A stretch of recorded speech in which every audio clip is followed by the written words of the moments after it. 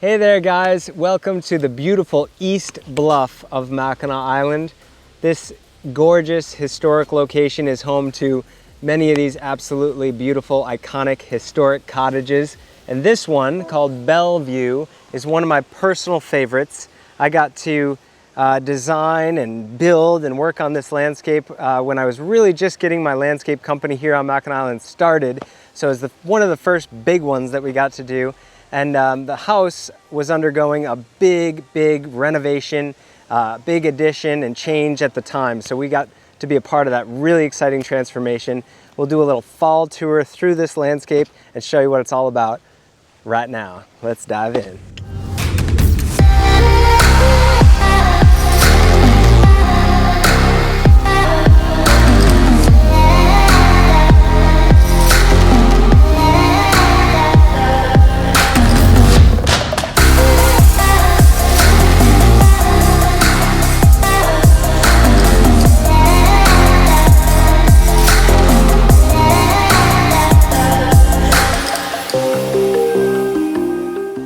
All right, so we'll start right down here at the street, and this is the driveway. So one thing that I want to point out is we're up here on Mackinac Island, and Mackinac Island is motor vehicle free.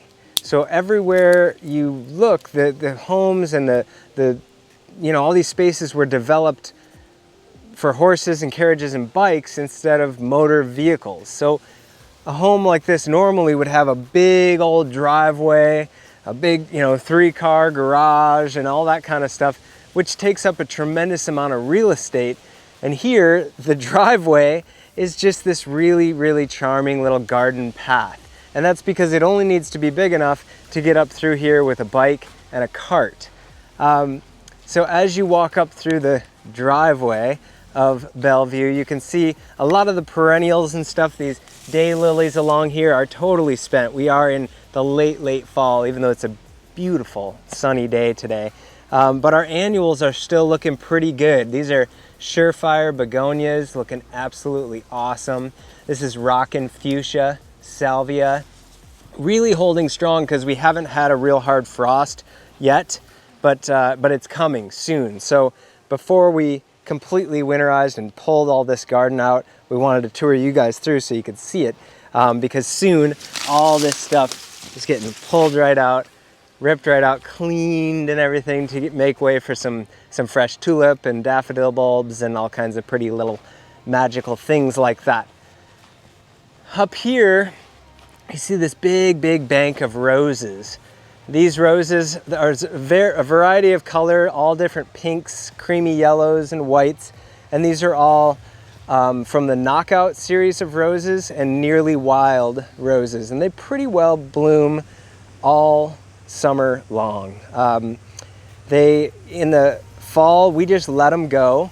We don't trim them back or touch them. We kind of leave all the foliage and all the branching on them as a little bit of extra winter protection. And then in the spring, we trim these things back about half the size of what they are now.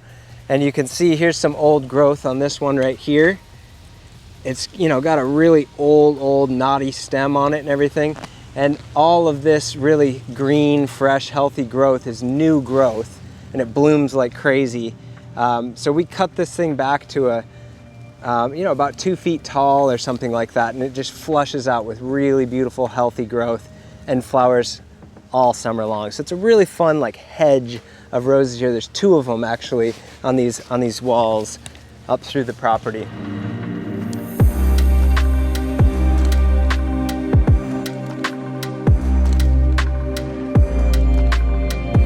Now up here, the front porch enjoys some absolutely gorgeous views out over Lake Huron here and Round Island. That's a beautiful wilderness preserve island out there. There's no houses or cabins or cottages or anything.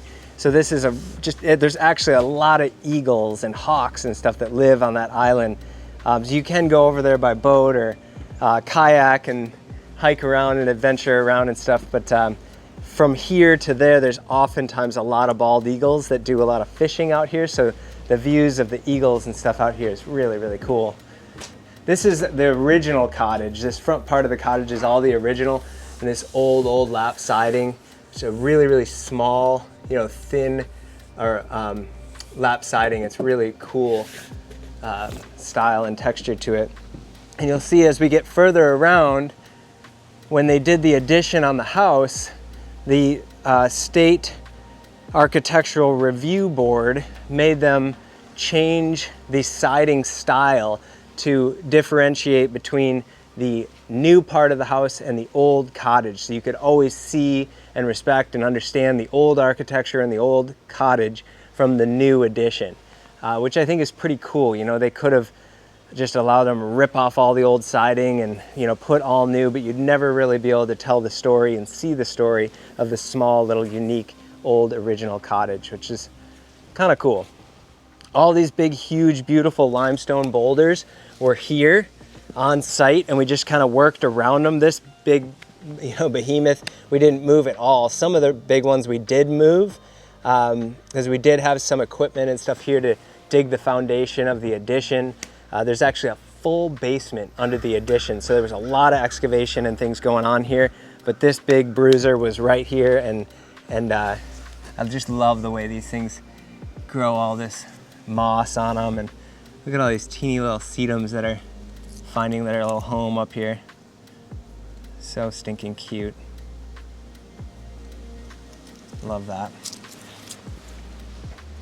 But in the fall time, we plant up some of the pots back here with mums, get a little bit of fall color and fall glory going. This just simple 3 white mums is really pretty. Love that. It's a nice little spot in the afternoon sun to soak in. You can see right now we're getting a perfect little pocket of sun here. And you can see, like I said, a lot of the perennials and stuff are pretty tired. You know, it's, you know, long into the fall when the cone flowers are already this far gone. This is kind of fun. So this is a cone flower here, your classic Echinacea purpurea. And you can just kind of brush those bristles like that. And there's the seeds right there. And this is a native wildflower. See how I brush them, and then just by brushing them harder, I'm getting it to release. And look at all the seeds right there. So this native wildflower, I can, you know, scratch in some soil here, get this to kind of keep spreading. I have a whole big drift of these cone flowers coming down through here. So I'll just keep encouraging that to keep thickening up. It's kind of fun. Maybe I'll bring some of these with us to plant a little further out back. All this whole patio, these walls, these staircases, all this stuff is relatively new. We just built all this landscape. Well, I say new, but time flies, as we all know. It's now been like 10 years or something since we built all of this. But gosh, has it been that long? I guess 10, 11 years, yeah. Which is pretty neat to see some of this stuff really starting to patina, all these staircases looking like they've been here forever. When I know that, you know, I placed all these and set these all here and they were shiny and clean not that long ago. My crew and I will be coming through here soon to do the whole fall cleanup. We cut back all the herbaceous perennials, pull all the annuals out, you know, kind of put the whole property to bed. We got to put all the furniture away and all that kind of stuff. Up through here, this big, huge, beautiful sea of myrtle, we'll just cut back these hostas, clean these right up. The reason that we'll do that is that it doesn't hurt the plant at all, especially these big sun and substance. We'll cut them right back. It's just that much cleaner and easier for us to blow this all out, keep it clean. Otherwise, in the spring, they're kind of slimy and messy, and it's just that much harder and slower for us to deal with. So a lot of this stuff, while it's still a little perky and hasn't gotten frosted yet, it's a lot easier for us to cut it all back and clean it right up. All these pots that are scattered throughout the landscape have to get pulled, you know, tucked away in the shed and things like that. Now, back here is definitely my favorite part of this landscape. This back part of the lot is truly magical, and it's kind of by fate that this all came to be. The owners really wanted to have a barn back here. They really wanted to have this open play area, you know, for their daughters and everything like that. but it was a thick, thick forest back here when they bought the house. Thick as it is next door over here in this back lot. You can see these cedars back here are just super thick, which is beautiful in and of itself for sure, but doesn't lend itself to an open lawn. But just, certainly not by design, but by luck, or whatever you want to call it, when they cleared a few trees to make way for the house, which was all approved and everything like that, we just happened to get this crazy, crazy windstorm. This wild, 1 in 100-year windstorm, and it blew through here. And because those handful of trees that got cleared for the house had been taken out, this whole swath of trees back through here, weren't prepared for it and weren't rooted for it and didn't have the strength for it. And so this whole section of trees just laid down like matchsticks. It was quite a sight to see. Hundreds of trees, which was, sad. It was tragic to see, but it did allow us the opportunity to do this whole landscape and make this whole back lawn. It allowed them to build this beautiful, beautiful barn, horse paddock, and kind of transform this whole property into what they really envisioned and dreamed of doing from the very beginning. So that was really cool and fortunate for me to be a part of that cleanup and then reshaping of all this. And like I said, this was one of my first big projects 10, 12 years ago. And I can remember, digging back through here and finding all these stones, and I just thought they were like gold. And the excavators were, it was rubble. They were hauling all this stuff out of here because to those guys, they thought it was all just junk and you're much better off to bring in a bunch of topsoil and make it all smooth and perfect and gorgeous.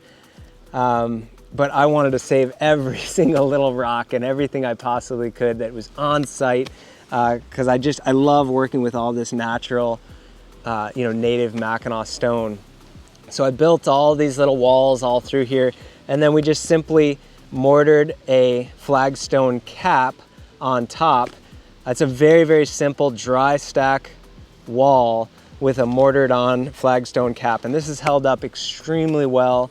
It allows for some really neat little spots to sit and have a cup of coffee and relax back here. It's just really made for a cool space back in here. And then when the girls were younger, they could play soccer and play out in the yard here and everything like that. And we've got a cool little picnic area set up here to bring another spot for a cocktail or a cup of coffee or something. Here I am in this video just sitting down the whole time. But anyway, I just love all these spaces and the way this all really worked out. This tree here is a copper beech. Absolutely beautiful specimen. I love copper beech. Tough, tough, tough tree. I planted this when it was probably about a 3-inch caliper tree. It's now probably about an 8-inch caliper tree. It's extremely healthy. I look at this beautiful, beautiful canopy here. I've been doing a little pruning on it, trying to lifting the canopy a little bit.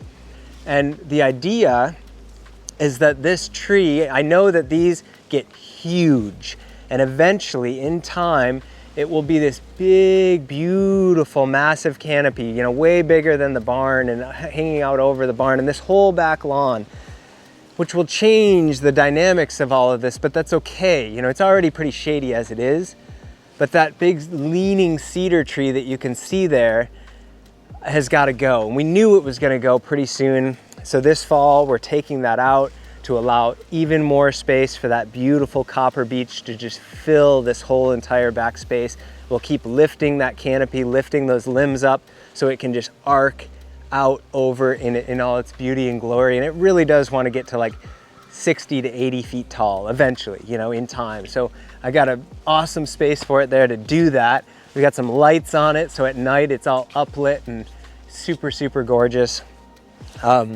And during, construction of this whole space, all of these big, mossy, crazy boulders, this whole outcrop, all this stuff was here. And they wanted to build the barn and squeeze it into this one spot and everything like that. But we needed to have some access to get into the upstairs apartment, to get through here and everything. So I came up with this idea to reach in here when we did have the excavator here, reach in here and break, and we were jackhammering and breaking, and we carved out this path through here, and then, you know, rebuilt and stacked in the walls and everything with all the rubble and all the broken stone to make it look like it had always been there. It's this cool little like canyon. And then the builders, the carpenters that were here, we came up with this idea to where they would start more or less at the top, I would start at the bottom, I'd build a stone staircase for half of it, they'd build a wooden staircase, and we'd meet in the middle.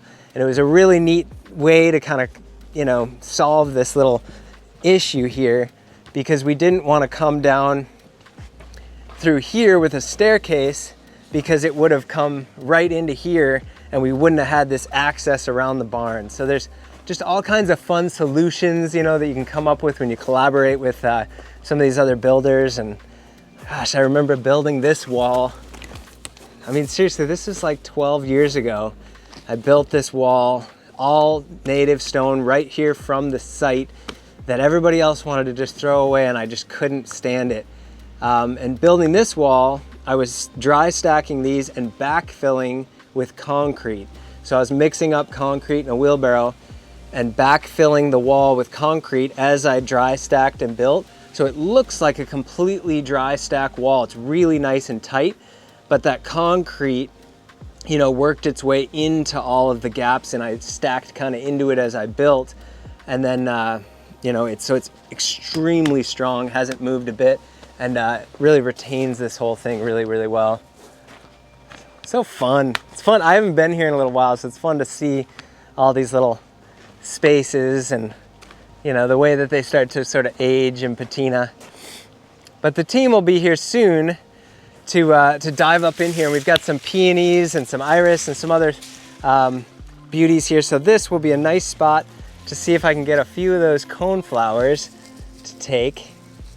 So I'm just gonna spread some of those. Right here I got a little rich soil. Look at that little pocket. So I'm gonna up the ante, or up the chances of some of those taking, and even like bury them in. And I bet you we'll have a nice little bouquet of coneflowers there 2 years from now, because really they'll germinate. They won't really flower or do anything spectacular next year, but 2 years from now, this will be a nice little shot of Echinacea purpurea.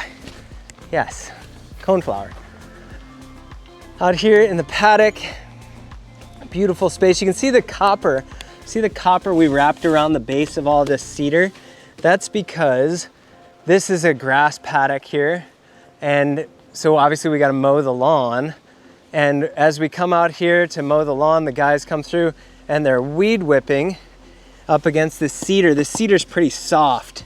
And this copper, this flashing wrap right here, allows them to weed whip against there without chewing at the post and completely like eating it into nothing. So that's really helped to protect. I think it looks kind of cool, but it's also, you know, more functional than anything.